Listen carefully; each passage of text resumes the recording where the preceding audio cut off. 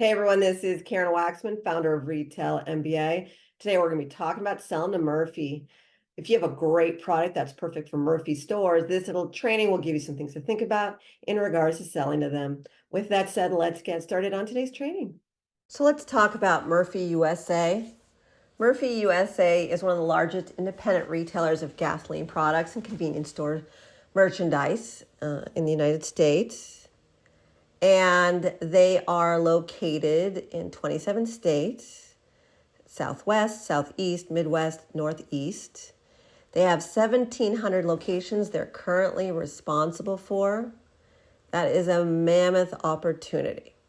So that's why I like creating these trainings, just to get you guys excited about the opportunities and the possibilities of making money. Because my biggest thing with you guys is that you'll always pick your top 4 favorite retailers and you'll never go beyond it because, I don't know, you just like those stores.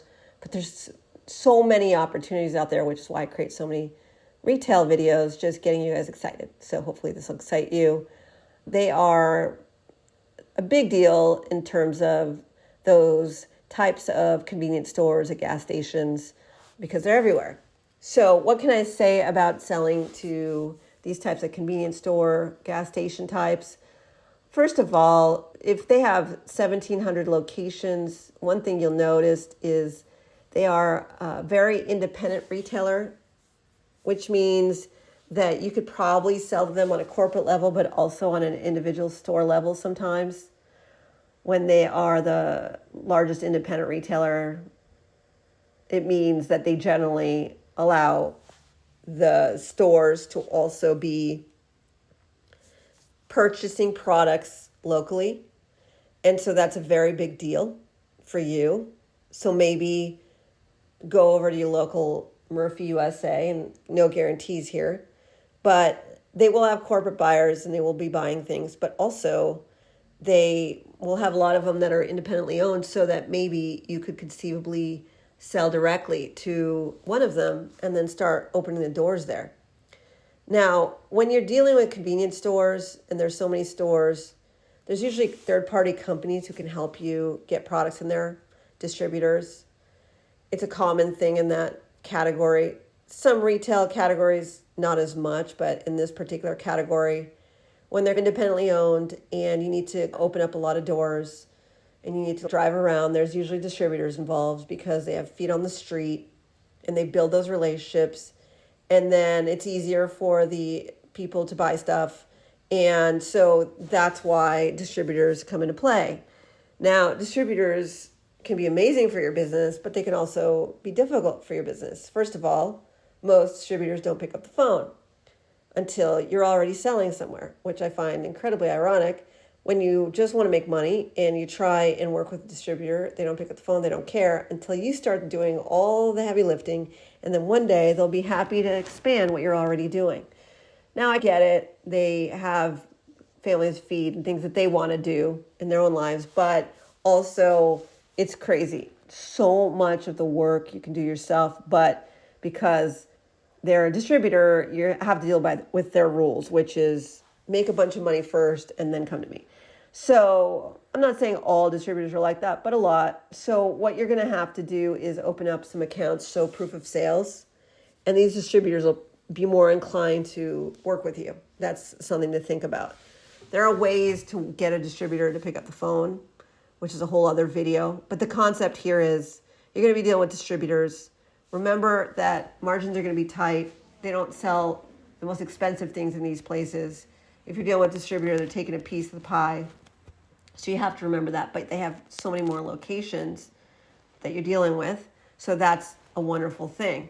So again, the convenience part is that they have so many places that you can individually drive around to and explore with, and or try and see if you can get a corporate deal so that you can support yourself and work less hours.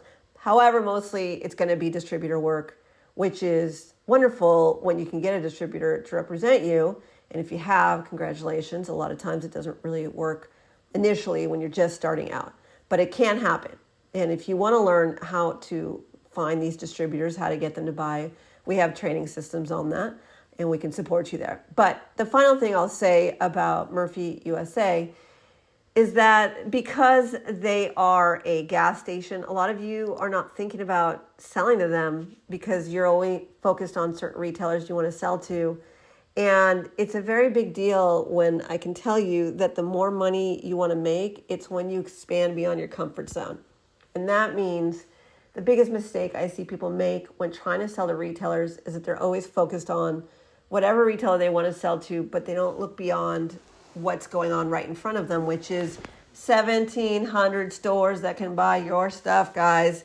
And just because it's not pretty and it's not Target stores or whatever it is, get over it and see if they can buy whatever snack or gift or whatever it is that you have.